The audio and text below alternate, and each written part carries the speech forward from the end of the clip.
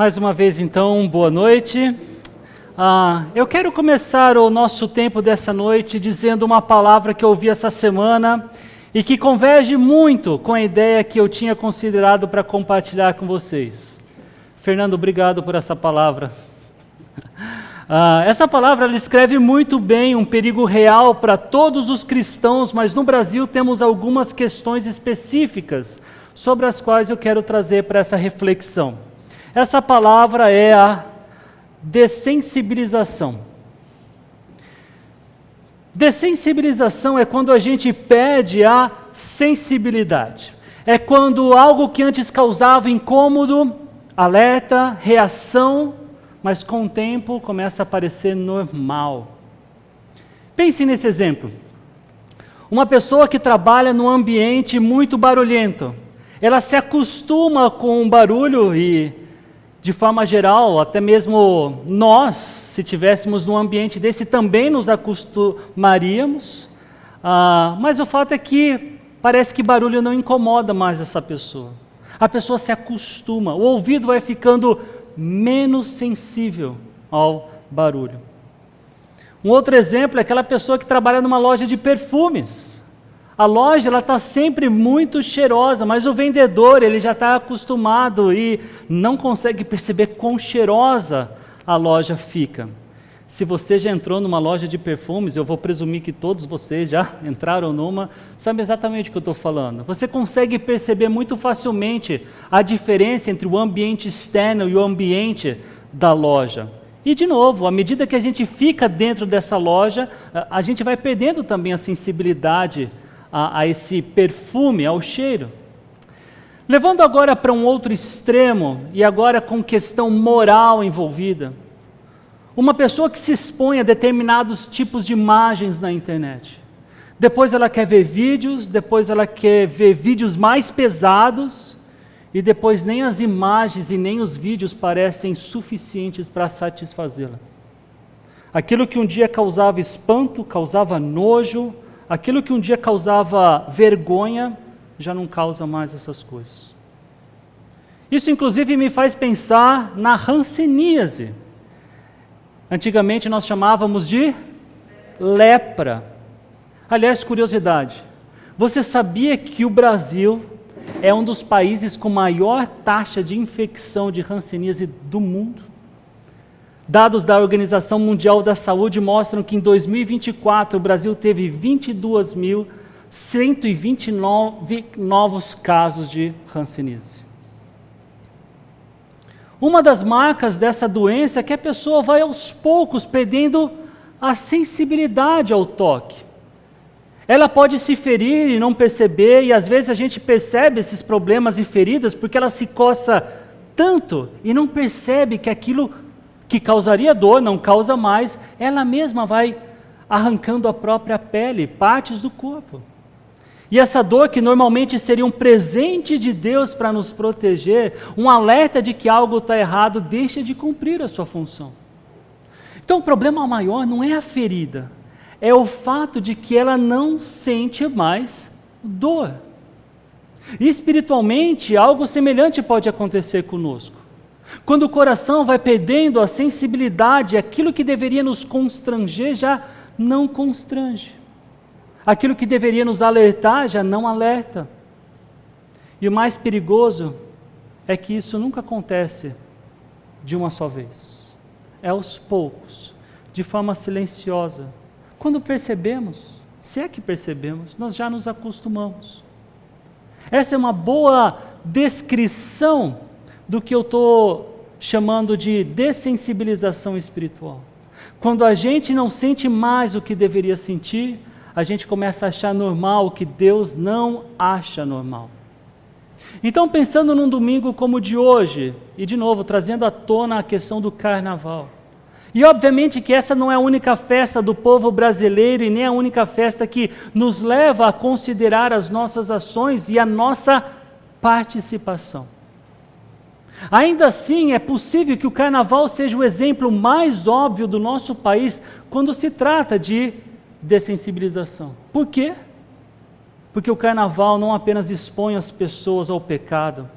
No carnaval, o pecado é celebrado, ele é curtido. Ali as pessoas chamam de cultura aquilo que Deus chama de impureza. Alguns chamam aquilo de alegria, enquanto Deus chama de falta de domínio próprio. Alguns chamam de liberdade, mas Deus chama de escravidão.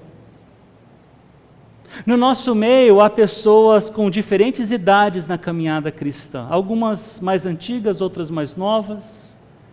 E talvez esse tempo de caminhada traga diferentes perspectivas sobre o assunto, de como devemos navegar em meio a uma cultura que não somente nos convida a participar de festas claramente contrárias à vontade de Deus, como também celebram o pecado por meio dessas festas. A forma como lidamos com isso pode ser diferente, mas o princípio é o mesmo. E é graça de Deus que na sua palavra também encontramos esse princípio, e contextos nos quais os cristãos também viviam cercados por uma cultura pagã, cheia de pressões, cheia de festas contrárias à vontade de Deus.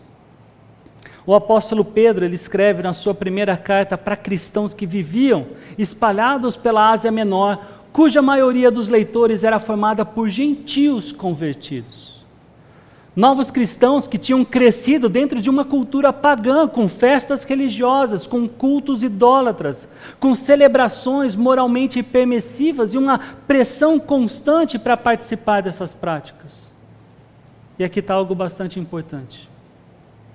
Essas festas não eram vistas como pecado pela sociedade. Eram vistas como cultura, como tradição, como identidade nacional.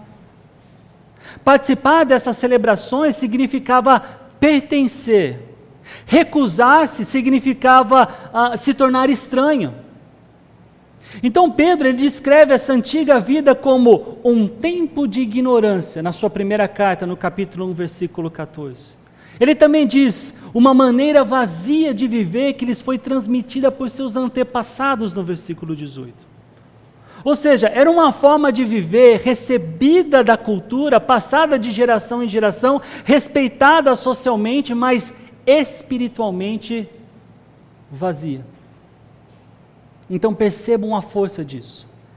Ele não está falando aqui de crimes hediondos. Ele está falando de uma maneira de viver culturalmente aceita. A sociedade diz isso é legal, mas que aos olhos de Deus está errado.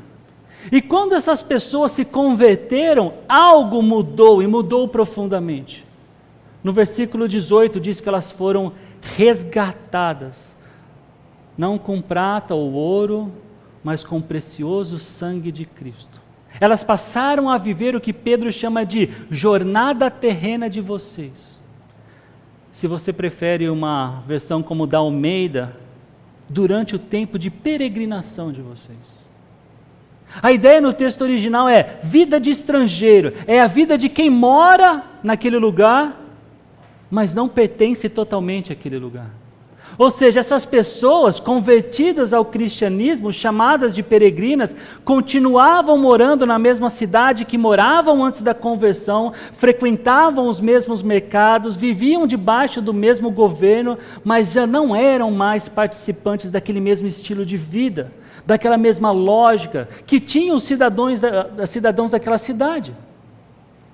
Isso gerava tensão, porque no Império Romano, conformidade cultural era virtude.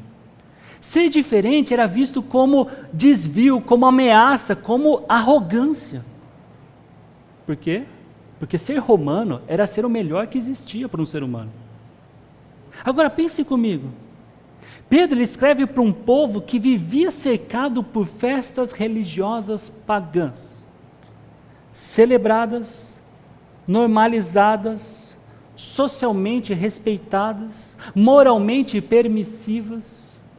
E ele diz, não se conformem. No versículo 15 ele vai dizer, sejam santos em todo o procedimento. No versículo 17, vivam com temor durante o tempo da peregrinação. E meus irmãos, isso não é moralismo, isso é identidade. Pedro ele não está dizendo que a solução está no comportamento, então faça isso, faça aquilo. Ele está falando de santidade como se santidade fosse ter os comportamentos corretos. Pedro não está dizendo, parem de participar de festas, ele está dizendo, vocês foram resgatados pelo precioso sangue de Cristo. Vocês foram chamados por um Deus santo, vocês têm uma esperança futura. Ou seja, a conduta, o comportamento nasce da identidade, e a identidade nasce da graça de Deus. E a nossa fé na obra de Cristo é a nossa fé na obra de Cristo, redefinindo a nossa percepção, o nosso comportamento e a nossa história. Então, assim como aqueles cristãos viviam num ambiente onde o pecado era culturalmente celebrado, é fato que nós vivemos num ambiente assim também. Talvez, não é talvez, é com certeza, o nome da festa não é Dionísio.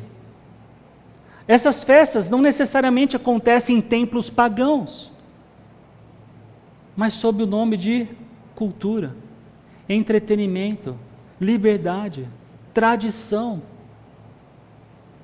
Assim, algumas perguntas que pairam sobre nós são as mesmas que pairavam sobre eles. Será que aos poucos fomos ficando dessensibilizados? Será que aquilo antes nos constrangia já não constrange mais? Será que aquilo que antes nos feria já não dói mais?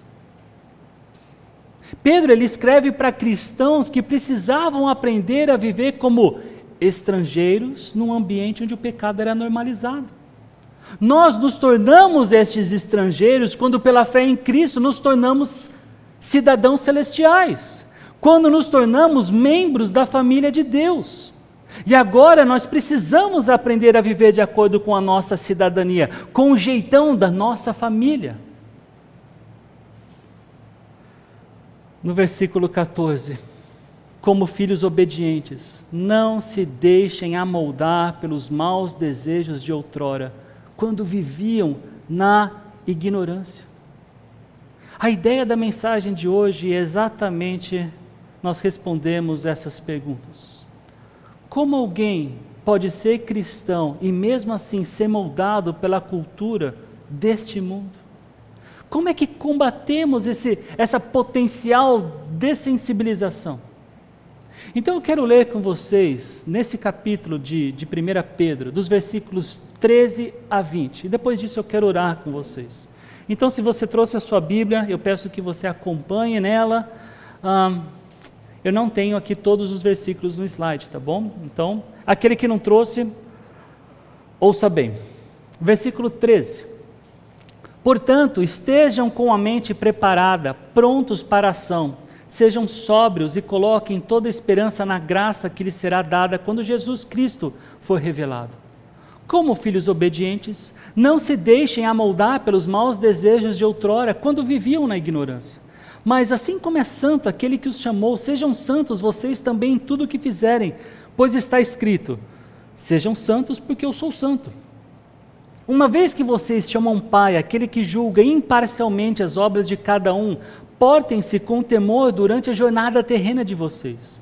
Pois vocês sabem que não foi por meio de coisas perecíveis como prata ou ouro que vocês foram redimidos da sua maneira vazia de viver, que lhes foi transmitida por seus antepassados, mas pelo precioso sangue de Cristo, como de um cordeiro sem mancha e sem defeito, conhecido antes da criação do mundo, revelado nesses últimos tempos em favor de vocês.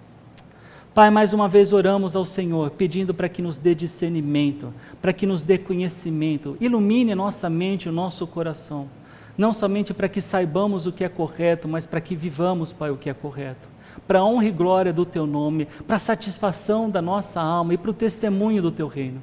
É o que eu te peço em nome de Jesus. Amém.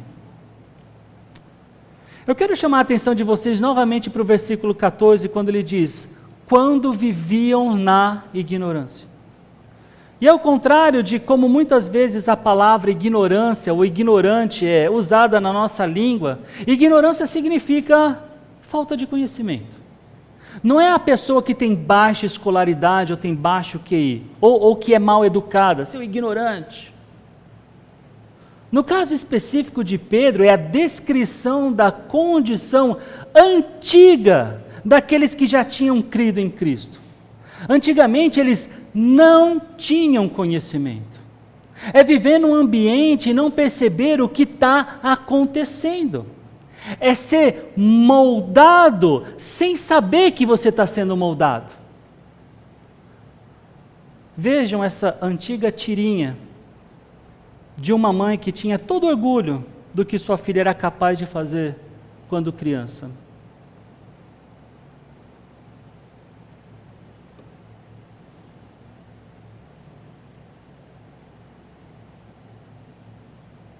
Eu não vou ler. Mas isso é extremamente normal. Normal na nossa sociedade. As pessoas crescem ouvindo certas músicas, vendo certas coisas, repetindo certas piadas, assistindo certas cenas, normalizando certos comportamentos. E chega um ponto em que ninguém percebe mais. Parece liberdade, parece cultura, parece está tudo bem. Eu ainda me lembro quando eu fui dar uma carona para um americano, lá em São Paulo, do aeroporto em São Paulo para Campinas.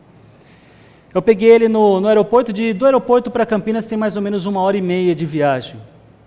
E na estrada tem bastante painel publicitário, aqueles outdoor, né? No caso que eu estava com esse americano, eu acho que a gente tem menos hoje do que o que eu vou falar. Mas o que vocês acham que tinha naqueles outdoor? Vários deles. Propaganda de lingerie. E ele estava abismado com o que via. O que para nós, e eu não quero avaliar agora se isso é bom ou se é ruim, o que para nós é extremamente comum. E quando chega o carnaval, o que acontece? A cultura apenas intensifica, por alguns dias, aquilo que ela já vem ensinando o ano inteiro. E por isso que eu digo, carnaval não é somente uma festa, carnaval é uma vitrine, ela revela o coração de uma cultura, mostra o que uma sociedade celebra quando resolve tirar a máscara, mesmo que no carnaval esteja mascarado, fantasiado. E é aí que entra a realidade, especialmente daqueles que há pouco tempo se tornaram filhos de Deus, daqueles que há pouco tempo creram em Cristo como seu único e suficiente Salvador. Talvez você tenha amigos antigos, talvez você tenha histórias nesses ambientes. Talvez você associe essas festas a pertencimento, a risadas, a momentos marcantes da vida. E daí você pode pensar, não tem nada demais, é só um lugar onde o povo se encontra.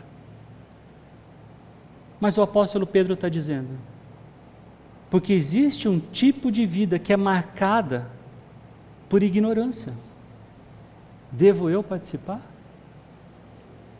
De novo, ignorância é quando você não sabia, não percebia, antes de Cristo, que os seus desejos eram treinados, alimentados e fortalecidos por ambientes que celebram o pecado. Então repare, Pedro não está dizendo que no passado você era pior do que os outros. Ele está dizendo, no passado você não enxergava, mas agora você vê. Agora você foi chamado, agora você é esse filho obediente. Agora você recebeu luz, agora a sua mente foi despertada. Agora você tem o Espírito Santo de Deus para lhe dar discernimento. E isso muda tudo. Porque agora, quando a cultura diz, isso aqui é normal, o cristão precisa aprender a perguntar, normal para quem? Aceitável? Para quem? Celebrável? Para quem? Isso agrada a Deus? Isso fortalece ou enfraquece a minha santidade? A conversão traz esse resultado. Deus, Ele nos tira da ignorância espiritual. Cristo se torna Senhor da minha vida. Ganhamos novos e melhores valores. Também ganhamos novos objetivos, novas satisfações. E por isso que a primeira aplicação dessa mensagem ela é bem simples.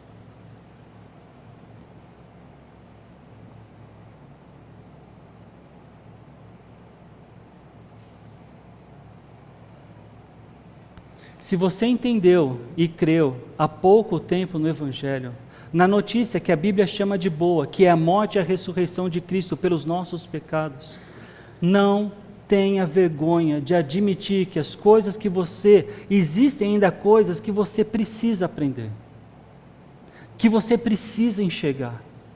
Isso é parte do crescimento, isso é parte da maturidade que todos nós cristãos devemos buscar.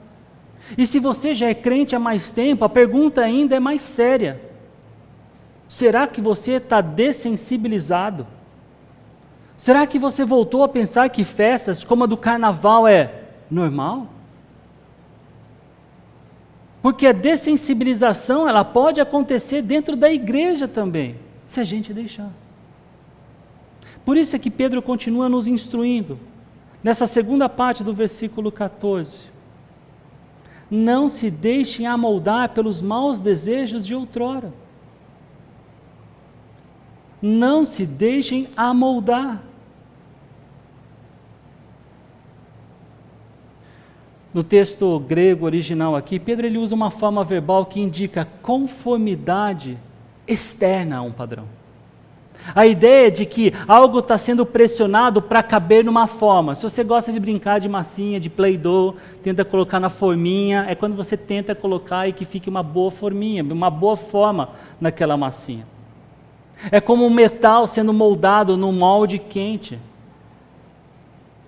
E isso não acontece de uma vez, da noite para o dia, do dia para a noite. É algo que acontece por exposição, durante um tempo, debaixo de bastante pressão.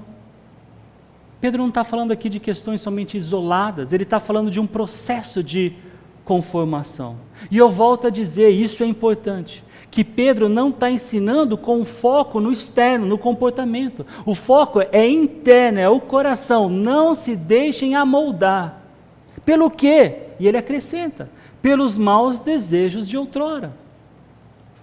Voltando de novo à questão do texto grego, no original, que maus desejos aqui é uma palavra, vem de uma palavra grega que frequentemente é usada no Novo Testamento para falar dos desejos desordenados, das paixões que dominam a pessoa. Não são apenas impulsos físicos, são inclinações do coração e que competem com a vontade de Deus. É o que eu falei na mensagem de domingo passado, sobre o coração ter um trono, e nesse trono, ele nunca está vazio. Se Jesus Cristo não estiver sentado nesse trono, alguma outra coisa ou alguém vai estar sentado. Pedro está dizendo, antes vocês eram governados por esses desejos, agora vocês não devem permitir que eles voltem a amoldar vocês. Então esse texto ele tem um fluxo. No versículo 13, estejam com a mente preparada, sejam sóbrios. Versículo 14, não se deixem amoldar. No versículo 15, sejam santos. E no versículo 18 e 19, vocês foram redimidos, vocês foram resgatados. Então, nessa lógica, ele está dizendo, preparem a mente. Não permitam ter a perspectiva do passado. Vivam de modo santo. Lembre-se do preço da sua redenção. Isso não é moralismo, isso é identidade. Identidade aplicada. Por causa de quem eu sou, então eu ajo assim. E quem eu sou? Como filhos obedientes. A obediência aqui não é um meio de se tornar filho, é a consequência. Consequência da graça de Deus. E porque somos filhos, nós podemos nos proteger contra um contexto cultural que molda por repetição. Esse contexto cultural repete imagens, repete discursos, repete narrativas, repete valores. E esse contexto, ele age dessa forma para que pessoas comprem a ideia e tratem tudo isso como normal. Essa é a dessensibilização. O processo, geralmente, assim. Você é exposto, você se familiariza, se torna normal, você justifica e você participa. Então, percebam que o problema não começa na participação. começa na familiarização. E Pedro diz: não se deixem amoldar, não tomem essa forma. Então o cristão ele precisa ser ativo nessa resistência. Não é por menos que o verbo está ali na voz passiva. Não se deixem amoldar. Isso implica responsabilidade, isso implica discernimento. Pensando em qualquer festa, entendam que a pergunta não é se isso é só uma festa. A pergunta é: que desejos ou que valores esse ambiente celebra? Pedro, de novo, ele não está dizendo, eu proíbo vocês de participarem. Ele está dizendo, não se deixem amoldar pelos maus desejos antigos. Agora, pensem bem, se o ambiente da festa, sejam racionais, vamos ser todos razoáveis. Se o ambiente estimula a sensualidade, normaliza a infidelidade, promove a exposição do corpo como se fosse entretenimento, celebra a ausência de domínio próprio. Alguém tem alguma dúvida do tipo de festa que é essa? Isso é o que Pedro está chamando de desejos de outrora. Esses, público, leitores de Pedro, um dia vocês viveram sem enxergar essas coisas. Será que nós enxergamos? Daí, querem saber quão maduro é o cristão numa ocasião como essa? O imaturo é o que pensa ser maduro. E ele diz, eu sou forte o suficiente, isso daí não me atinge. Eu só vou encontrar os amigos. Eu não vou fazer nada de errado. E olha que interessante, o texto não está falando de fazer algo errado. O texto está falando de ser moldado internamente. A dessensibilização não acontece quando você decide pecar. Ela acontece quando você deixa de perceber o peso do pecado. Você pode não estar fazendo nada de errado, mas e que tudo aquilo que está acontecendo ao seu redor, você acha que você não está de alguma forma absorvendo aquilo? Você acha que nasceu do nada? Me diga com quem tu andas e eu lhe direi quem tu és. Quando a gente para de perceber o peso do pecado, isso geralmente acompanha uma distorção. Esteja você consciente ou não de quem verdadeiramente é Deus. E no texto bíblico nós lemos, mas assim como é santo aquele que os chamou, sejam santos vocês também em tudo que fizerem. Isso é um eco do Antigo Testamento, lá do livro de Levítico, que apresenta leis que revelam o caráter santo de Deus. Ou seja, santidade só existe porque nós temos um padrão do que significa ser santo. E nossa busca pela santidade depende de nós refletirmos bem, precisamente o que Deus, esse Deus santo, nos ensina sobre o que é ser santo. No texto de Pedro, o chamado à santidade está ligado à identidade. Ele diz, aquele que os chamou. Vocês foram chamados por um Deus santo. Se Deus é santo, seu povo não pode viver como se santidade fosse opcional. Agora pense nisso no contexto da dessensibilização. Quem é que define se a cultura é aceitável ou não?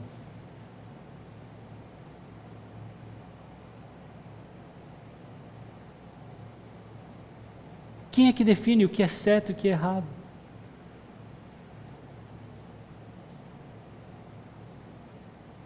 O que a tradição faz nessas horas? Santidade acontece quando o caráter de Deus define o padrão. A pergunta não é, todo mundo faz? A pergunta é, isso reflete o que Deus, o Deus que me chamou? E Pedro é bem claro no versículo 15. Sejam santos vocês também em tudo o que fizerem. Não é só aqui, gente, sentados nesse ambiente agradável, no domingo, de noite, durante o culto. Não é somente nos domingos, não é somente quando alguém está te olhando, é em tudo que fizer, em toda a sua maneira de viver. Isso inclui os lugares que frequentamos, os ambientes que normalizamos, aquilo que celebramos, aquilo que nós ensinamos aos nossos filhos como sendo normal. Para os pais, isso é extremamente importante. Quando você ensina para o seu filho, não, isso é inocência dele e dela. Você está falando que santidade é negociável. Vocês que são jovens, lembrem-se disso. Santidade não é ser estranho ou ser esquisito. Santidade é ser coerente. Não celebre o que Deus não celebra. Não participe do que Deus não participaria. Aliás, percebam que Deus ele não está pedindo um isolamento social. Você vai continuar morando em Paulo Afonso, na casa onde você está. E como crente em Cristo, o que Ele está dizendo é que você tem uma distinção moral. Você não age como o mundo age. Mas você continua morando no lugar onde você mora.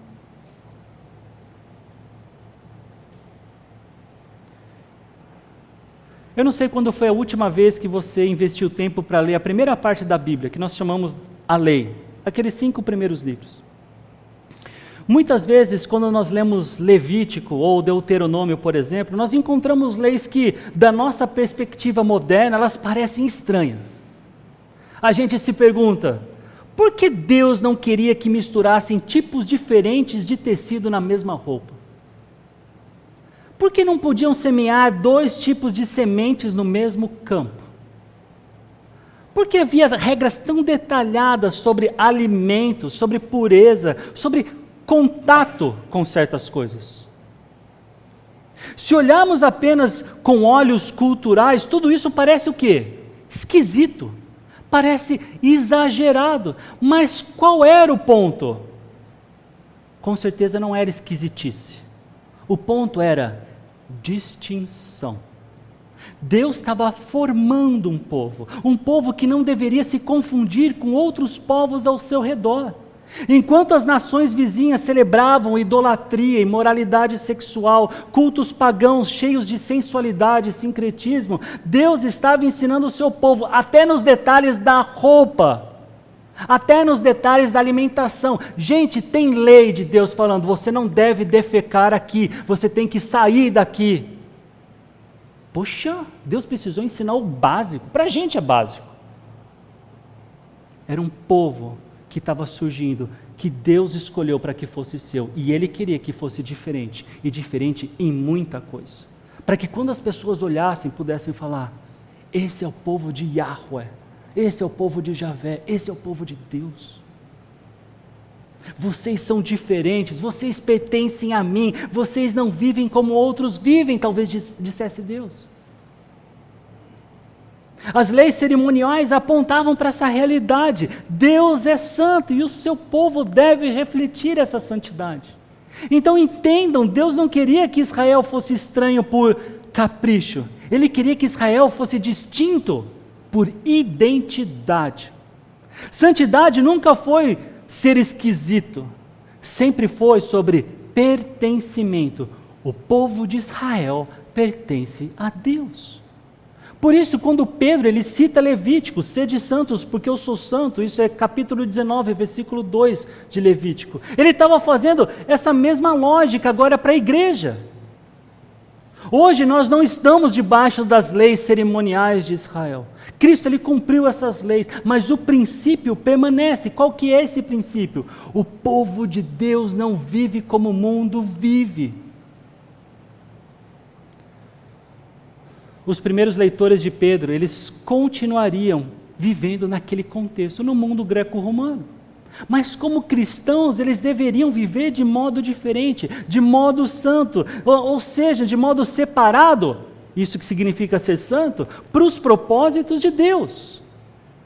Isso não era fugir da cultura, isso era não se conformar com os antigos desejos, os desejos da carne, os desejos da sociedade, os desejos do inimigo. E Pedro continua a sua argumentação, agora nos versículos 18 e 19. ele escreve: pois vocês sabem que não foi por meio de coisas perecíveis, como prata ou ouro, que vocês foram redimidos, resgatados da sua maneira vazia de viver, que lhe foi transmitida por seus antepassados, mas pelo precioso sangue de Cristo, como de um cordeiro, sem defeito e sem mácula. Então agora Pedro está aprofundando o fundamento disso tudo, porque a questão principal não é ética, é o evangelho. Olha essas expressões que ele usa, ele diz, foram redimidos. Essa linguagem de redenção é aquela libertação mediante o pagamento. No mundo antigo isso era usado para falar de escravos comprados para a liberdade. Pedro está dizendo, vocês estavam presos ao quê? A uma maneira fútil, vazia de viver. E a palavra fútil ou vazia aqui significa sem propósito eterno, sem peso espiritual. E ele acrescenta algo muito relevante para o nosso tema, que lhes foi transmitida por seus antepassados. Pedro, ele reconhece que certos padrões de vida são herdados culturalmente. Foi vovô e vovó, foi papai e mamãe que me ensinaram. Não foram somente escolhas individuais, são padrões de tradições recebidas.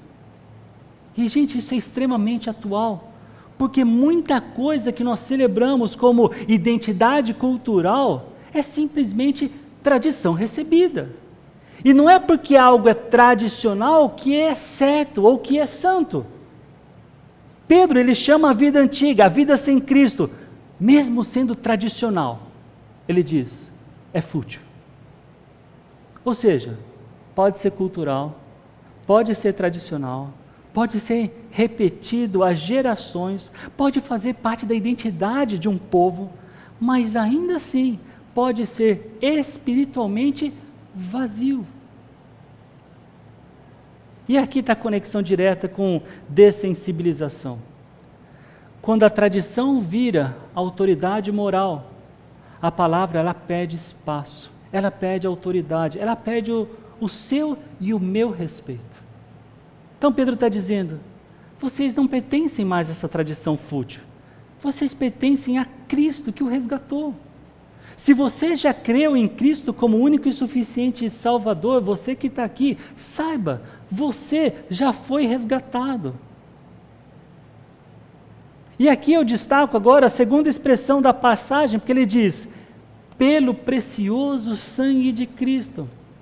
Não foi com ouro, não foi com prata, não foi pela cultura, não foi comprado com a tradição, foi comprado com o sangue.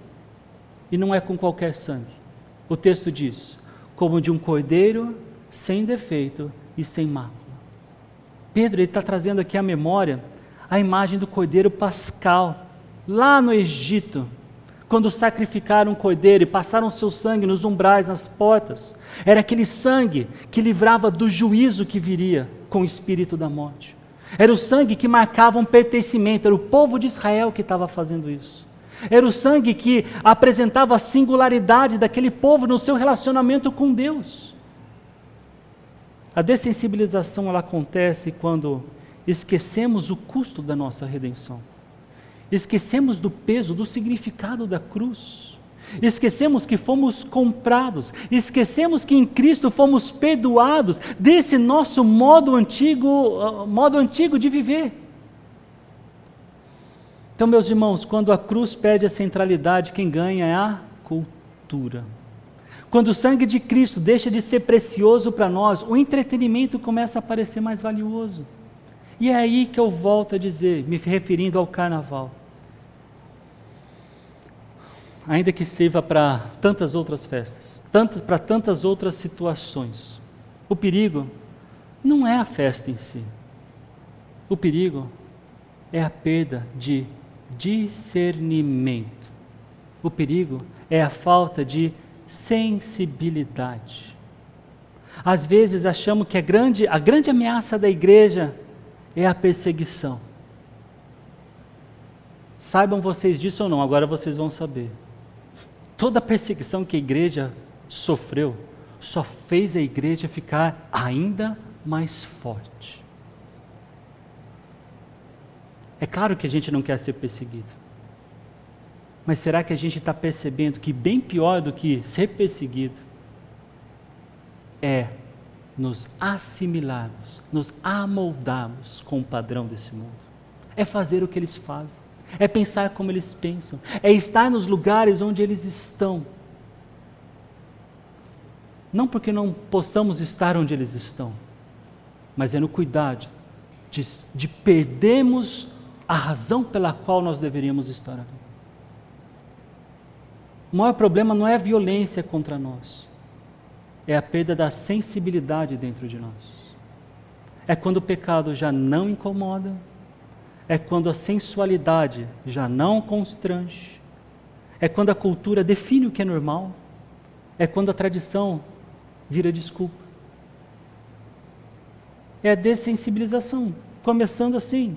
Primeiro você observa, depois você se acostuma, aí você se justifica, aí você participa, e depois você nem percebe a diferença. Pedro nos chama para algo diferente. Não para sermos arrogantes, não para atacarmos o mundo, mas para sermos coerentes com o que Deus fez. Ele nos chamou. O Brasil pode chamar de cultura, a maioria pode chamar de tradição, a mídia pode chamar de liberdade e fazer daquilo um espetáculo, até uma competição, notas para aquilo e para isso. Mas o cristão pergunta: isso é coerente com o Deus Santo que me chamou? Isso fortalece ou enfraquece a minha sensibilidade espiritual? Isso honra o sangue daquele que me resgatou, que deu a sua vida por mim? Ano após ano, nós vemos e ouvimos as mesmas coisas sobre o carnaval. Mas a repetição não transforma o pecado em virtude. A tradição não transforma futilidade em santidade. Nós fomos chamados para sermos diferentes, não por sermos moralmente superiores, mas porque nós temos um Deus que é diferente. Ele é moralmente perfeito e Ele quer que nós sejamos como Ele é. Se somos filhos obedientes, então não vamos nos deixar se amoldar pela cultura ao nosso redor. Vamos sim ser mais como aquele que tem nos ensinado a viver uma vida que verdadeiramente entende o que é alegria. Que Deus nos livre dessa dessensibilização e que o Espírito nos mantenha sensíveis à santidade, à pureza e à glória de Cristo. Amém? Então eu quero orar com vocês mais uma vez. Senhor, muito obrigado.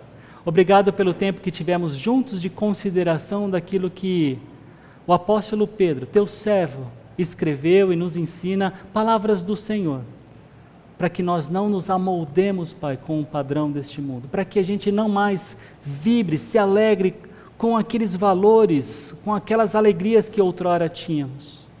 Que nós nos lembremos que fomos resgatados pelo Senhor Jesus, que nós fomos chamados para ser santo como o Senhor é santo.